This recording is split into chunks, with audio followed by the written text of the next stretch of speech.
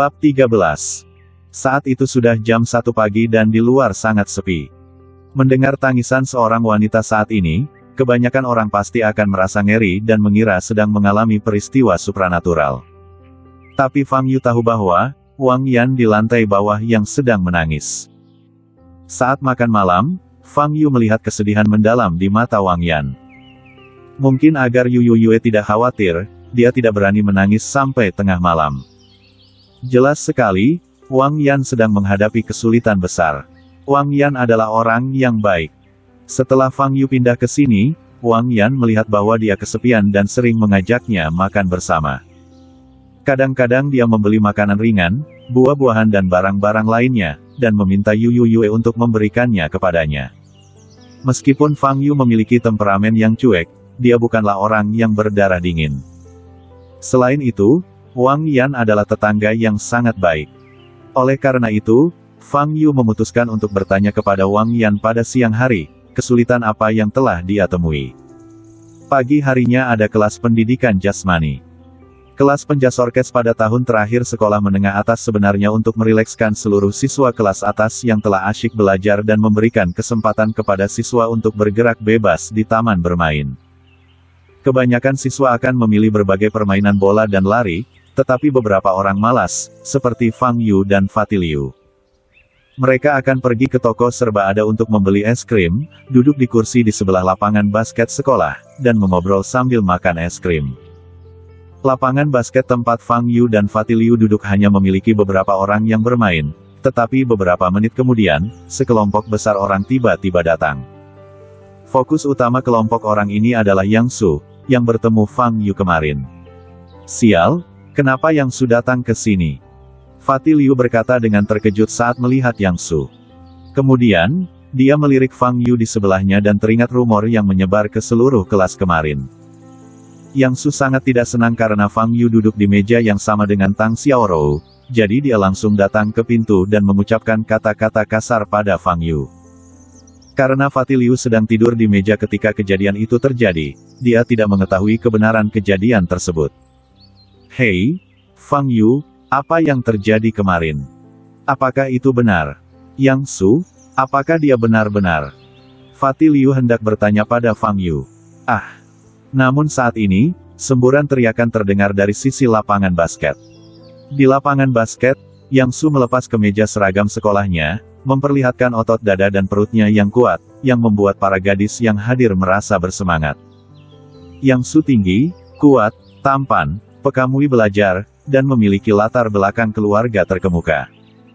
Orang yang begitu sempurna tidak diragukan lagi adalah dewa hati setiap gadis, pangeran tampan sejati. Yang Su mengambil bola basket, menggiring bola dan berlari, melompat ke dekat garis lemparan bebas, dan melakukan dunk dengan mudah. Wow!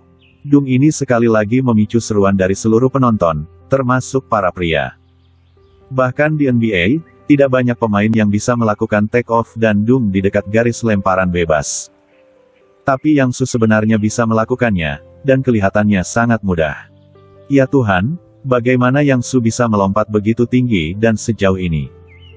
Ya, dia lebih baik dari para pemain di NBA. Haha, kamu tidak mengetahui hal ini? Kudengar Yang Su telah berlatih seni bela diri sejak dia masih kecil, dan sekarang dia tampaknya adalah seorang bawaan, ya, seorang pejuang bawaan. Beberapa anak laki-laki di sekitar Fang Yu sedang berdiskusi. Prajurit bawaan. Mendengar kata ini, Fatiliu begitu gembira hingga daging di wajahnya bergetar. Dia menoleh untuk melihat ke arah Fang Yu dan berkata, Fang Yu, jika kamu benar-benar memiliki konflik dengannya, sebaiknya kamu menyerah dan segera meminta maaf. Prajurit bawaan, kamu benar-benar tidak mampu menyinggung perasaannya.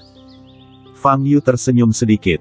Ketika mereka bertemu kemarin, dia tahu bahwa Yang Su adalah prajurit bawaan tingkat 5, yang setara dengan tahap pemurnian Qi tingkat kelima. Di depan monster tua seperti Fang Yu yang berada pada pemurnian Qi tingkat 9832, tingkat kultivasi ini setara dengan, tidak ada. Namun, bagi orang awam, terutama seusia Yang Su, dia memang cukup hebat. Saat ini, semakin banyak orang yang menonton Yang Su, sebagian besar adalah perempuan. Setiap kali Yang Su mencetak gol, sekelompok gadis berteriak. Tang Xiaorou sedang berjalan di El Kamusan bersama teman baiknya Zhao Xuanger di kelas kunci. Xiaorou, tolong segera pindah kembali ke kelas kami. Aku benar-benar bosan ketika kamu pergi. Zhao Xuanger meraih tangan Tang Xiaorou dan berkata, aku juga ingin pindah kembali, tetapi terakhir kali aku mengajukan permohonan pindah kelas, aku ditolak oleh dekan dan dikritik, kata Tang Xiaorou tanpa daya. Ah, dia masih berani mengkritikmu. Kamu pulanglah dan beritahu ayahmu dan minta ayahmu meneleponku. Aku tidak percaya dekan ini bisa masuk surga. Zhao Xuanger berkata dengan marah. Kemudian, seolah-olah sedang memikirkan sesuatu, Zhao Xuanger memandang Tang Xiaorou dengan curiga dan berkata, tidak mungkin, beraninya seorang direktur pengajar menolak permintaan kamu. Aku pikir kamu hanya tidak ingin pindah kelas, dan apakah kamu sengaja mencari alasan untuk membuat aku marah? Katakan sejujurnya, Xiaorou, apakah kamu sudah jatuh cinta pada Fang Yu itu? Kamu, omong kosong apa yang kamu bicarakan? Tang Xiaorou membalas dengan wajah memerah.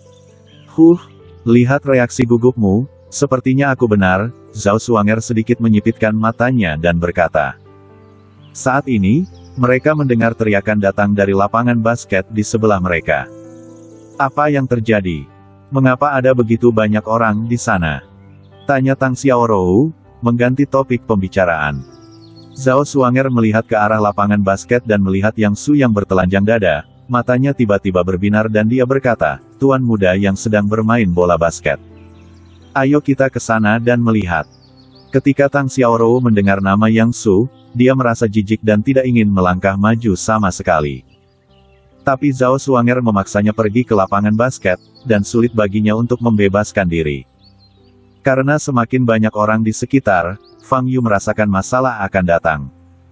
Ayo pergi, terlalu berisik di sini, Fang Yu menepuk bahu Fatih Liu dan berdiri. Tetapi pada saat ini, Yang Su tiba-tiba berjalan mendekat. Sial, pelan-pelan saja. Kebetulan sekali, Fang Yu. Yang Su memiliki senyum cerah di wajahnya. Bukan suatu kebetulan jika Fang Yu tahu bahwa Yang Su sendiri ada di sini untuknya. Apakah ada yang salah? Fang Yu bertanya. Bukan apa-apa.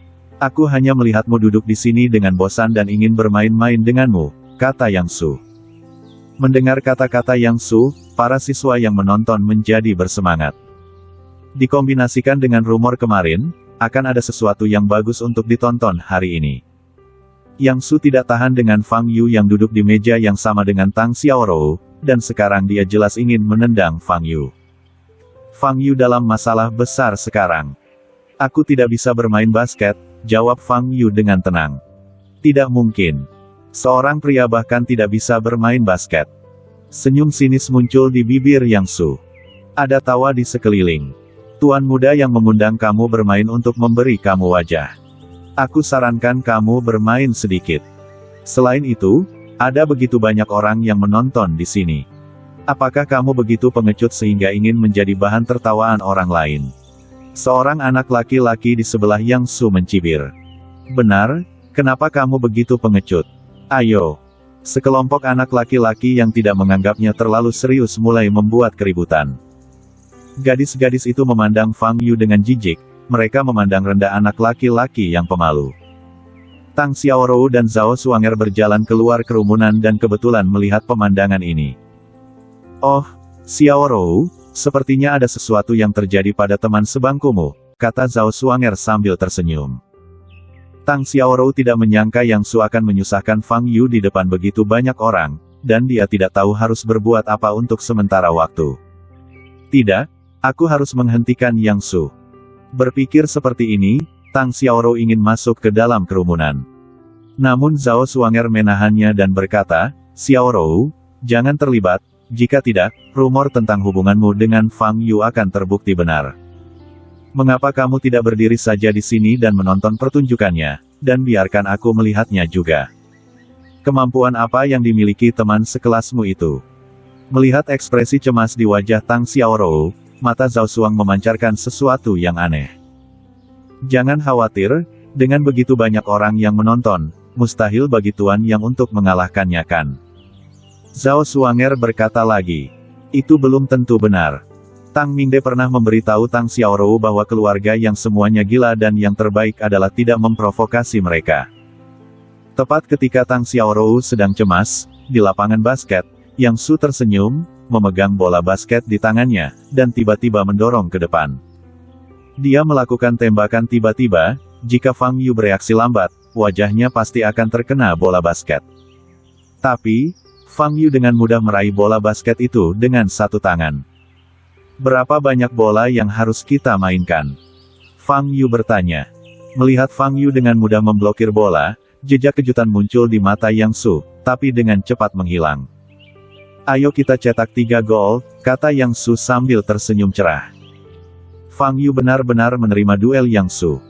Suasana di lapangan basket sangat hangat, bahkan beberapa orang bertepuk tangan. Sungguh pria kuat yang tidak takut mati. Tang Xiaorou menghentakkan kakinya dengan cemas, mengapa dia setuju? Yang Su pasti tidak akan melepaskannya begitu saja. Bab 14. Yang Su tingginya sekitar 1,9 meter, sekitar setengah kepala lebih tinggi dari Fang Yu. Apalagi sosoknya terlihat jauh lebih kuat dari Fang Yu. Perbedaan kebugaran jasmani kelihatan sangat besar, tidak perlu membandingkan kemampuan bermain basket. Yang Su bisa menghancurkan Fang Yu hanya dengan tubuhnya. Bermain 1 lawan 1 saja agak membosankan. Harus ada hukuman. Yang Su tersenyum tipis dan melemparkan bola ke tangan Fang Yu. Hukuman apa? Fang Yu bertanya. Yang kalah harus melakukan 100 push-up di depan semua orang. Setiap orang yang hadir bertanggung jawab untuk mengawasi. Mereka tidak boleh pergi sampai selesai. Bagaimana menurutmu? Yang Su bertanya dengan pisau tersembunyi di senyumnya. Tidak masalah. Fang Yu mengangguk. Ada ledakan tawa bercanda di sekitar. Bukankah ini Fang Yu yang mencari pelecehan? Jika kalah, ia masih harus melakukan 100 push-up, dengan sosoknya mampukah ia menyelesaikannya? Kemudian, gadis-gadis di sekitarnya berubah menjadi pemandu sorak dan berteriak serempak, Yang Su, ayo. Yang Su, ayo. Hampir semua orang mendukung Yang Su, yang membuat Fang Yu terlihat kesepian. Yang Su telah lama memperhatikan Tang Xiaorou di luar kerumunan, dan sedikit rasa bangga muncul di matanya. Hari ini, aku akan membiarkan kamu melihat kesenjangan antara teman sekelasmu dan diriku. Tang Xiaorou menggigit bibir merahnya dan menatap Fang Yu yang tanpa ekspresi, merasa sangat gugup. Dia tahu bahwa Fang Yu tidak bisa menang. Dia hanya berharap Fang Yu tidak menghadapi Yang Su secara langsung. Jika tidak, Yang Su pasti akan mengambil tindakan terhadap Fang Yu dengan karakternya. Fang Yu memegang bola dengan kedua tangannya dan melihat ke keranjang tidak jauh dari situ. Dia tidak berbohong, dia sebenarnya tidak pandai bermain basket. Namun, dia tahu bahwa selama dia melempar bola basket ke dalam keranjang, dia akan mencetak gol. Sederhana bukan? Fang Yu meraih bola dengan satu tangan dan hendak melemparkannya ke arah keranjang. Yang Su meletakkan tangannya di pinggul dan tidak berniat menghalangi. Hahaha, lihat itu. Fang Yu, postur menembaknya, dia benar-benar tidak tahu cara bermain basket. Ya, itu lucu sekali. Lihat saja, tuan muda yang bahkan tidak repot-repot membela diri. Sangat membosankan. Para siswa yang menonton mencemooh, mengungkapkan rasa jijik mereka terhadap Fang Yu. Fang Yu tidak peduli dan membuang bolanya. Bola basketnya mengenai jaring. Orang-orang yang masih mencemooh tercengang. Sial, kamu bisa membuangnya secara acak. Bukankah ini sangat beruntung? Yang Su mengangkat alisnya dan berkata, kamu beruntung. Lalu apa? Akankah ini saatnya aku membelamu? Tanya Fang Yu. Itu benar. Tapi mulai sekarang, kamu tidak akan memiliki kesempatan lagi untuk mengambil tindakan. Dengan senyum dingin di wajahnya, Yang Su berjalan keluar dari garis 3 angka dan berganti posisi dengan Fang Yu. Yang Su, ayolah. Melihat Yang Su mengambil bola, sorak-sorai di sekelilingnya dimulai lagi. Yang Su memandang Fang Yu di depannya, matanya dipenuhi rasa dingin. Dia ingin mempermalukan Fang Yu sepenuhnya. Hanya ada 2 cara untuk mempermalukan lawan di lapangan basket. Yang pertama adalah dung, dan yang lainnya mengabaikan pertahanan dan melempar bola ke dalam. Yang Su tahu bahwa tubuhnya memiliki keuntungan, jadi dia ingin menggunakan tubuhnya untuk memberi pelajaran pada Fang Yu. Pah, pah. Yang Su mulai menggiring bola, lalu tiba-tiba berakselerasi dan menerobos ke kiri. Bahunya diletakkan di depannya. Selama Fang Yu berani menghalanginya, dia pasti akan menjatuhkannya. Seperti yang diharapkan, Fang Yu maju dan berdiri di depan Yang Su. Mencari kematian, Yang Su mencibir dan mengangkat bahunya. Dengan kekuatan bawaan tingkat kelima, jika bahu ini mengenai dirinya, Fang Yu harus tetap di tempat tidur setidaknya selama seminggu. Di saat yang sama, dia juga melakukan dribble ringan di tangan kanannya. Dan, bola basket dicuri.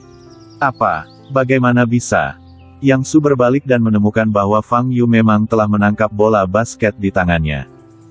Ada seruan terkejut di sekeliling.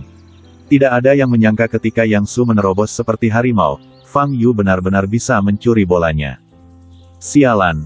Yang Su merasa sangat malu, terutama ketika Fang Yu masih menatapnya dengan setengah tersenyum. Fang Yu meraih bola basket itu dengan satu tangan lagi dan ingin melepaskan tembakan. Yang Su telah berkata, bahwa dia tidak akan pernah memberi Fang Yu kesempatan untuk mengambil tindakan. Oleh karena itu, dia segera menggunakan seluruh kekuatannya untuk bergegas menuju Fang Yu, melompat dan melompat sangat tinggi. Jika Fang Yu melakukan tembakan, niscaya bolanya akan diblok. Tapi Fang Yu tidak cemas sama sekali. Ketika dia melihat Yang Su melompat, dia mengambil langkah ke kanan tanpa tergesa-gesa dan melempar bolanya keluar. Satu gol lagi tercipta. Terjadi keheningan. Semua orang tercengang. Jika tembakan pertama adalah keberuntungan, bagaimana dengan tembakan kedua? Kedua kali, jaringnya kosong. Selain itu, Fang Yu juga mencuri bola dari Yang Su dan menggunakan gerakan palsu untuk mengelabui Yang Su agar lepas landas. Apakah Fang Yu benar-benar tidak tahu cara bermain basket? Meski cara menembaknya aneh, terlihat jelas dia bisa bermain basket. Dan dia bagaikan seorang master.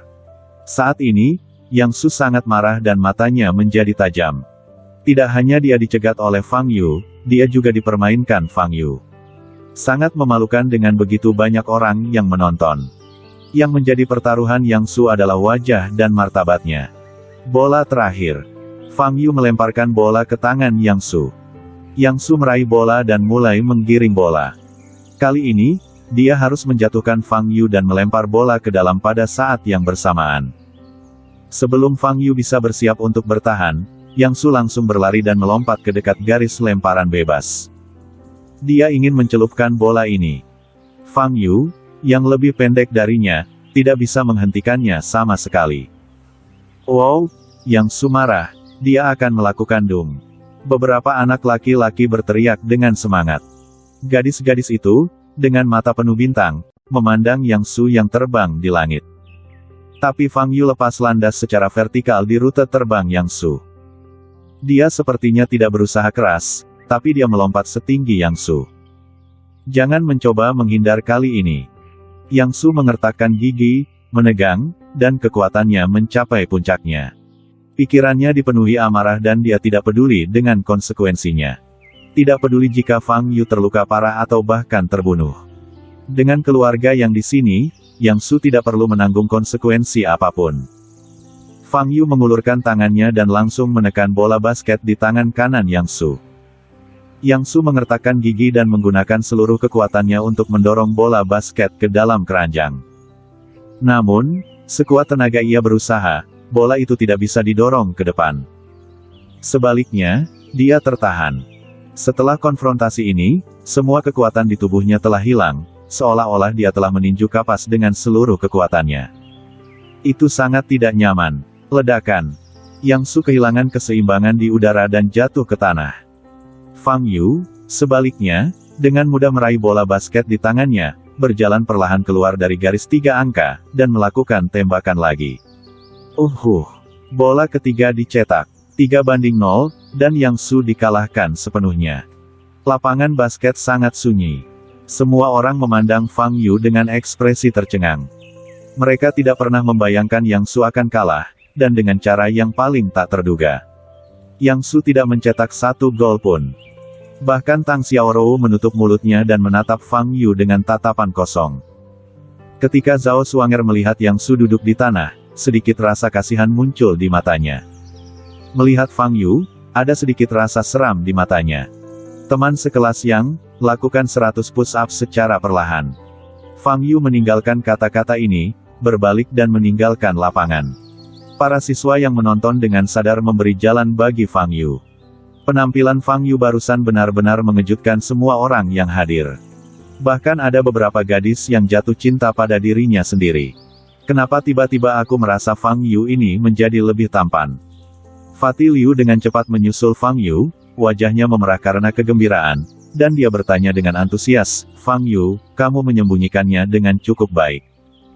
Aku tidak pernah melihat kamu bermain basket, tetapi ketika kamu bermain, kamu benar-benar memukul Yang Su. Aku benar-benar tidak pandai bermain, aku hanya bisa melempar bola ke dalam keranjang, kata Fang Yu santai. Haha, berhentilah bersikap rendah hati. Setelah hari ini, kamu akan terkenal di seluruh sekolah. Mulai sekarang, kamu akan menjadi bintang besar di sekolah. Apakah kamu tidak memperhatikan, berapa banyak gadis yang melihatmu dan membuat pandangan rahasia? Cih, kata Fatih Liu sambil tersenyum jorok. Fang Yu menghela nafas. Seperti yang dikatakan Fatih Liu, setelah hari ini, sangat mustahil baginya untuk tetap bersikap rendah hati. Lupakan saja, guru pernah berkata, biarkan semuanya berjalan sebagaimana mestinya. Aku tidak perlu bersikap rendah hati, aku juga tidak perlu mengumumkannya kepada publik, biarkan saja alam yang mengambil jalannya, pikir Fang Yu dalam hati. Setelah kelas pendidikan jasmani, Fang Yu kembali ke kelas dan dipandang aneh oleh teman-teman sekelasnya. Fang Yu tidak peduli dengan situasi ini. Tapi Tang Xiaorou, yang duduk di sebelahnya, juga mendekat dan menatapnya, yang membuatnya harus memperhatikan. Keduanya duduk di meja yang sama dan sudah berdekatan. Pada saat ini, ketika Tang Xiaorou maju, jaraknya kurang dari 10 cm dari wajah Fang Yu. Jelas sekali, kamu penasaran denganku. Sejauh yang aku tahu, tahap awal dari kebanyakan cinta adalah rasa ingin tahu. Oleh karena itu, aku sarankan kamu mengakhiri rasa penasaranmu terhadapku secepat mungkin. Fang Yu menoleh, menatap langsung ke arah Tang Xiaorou, dan berkata,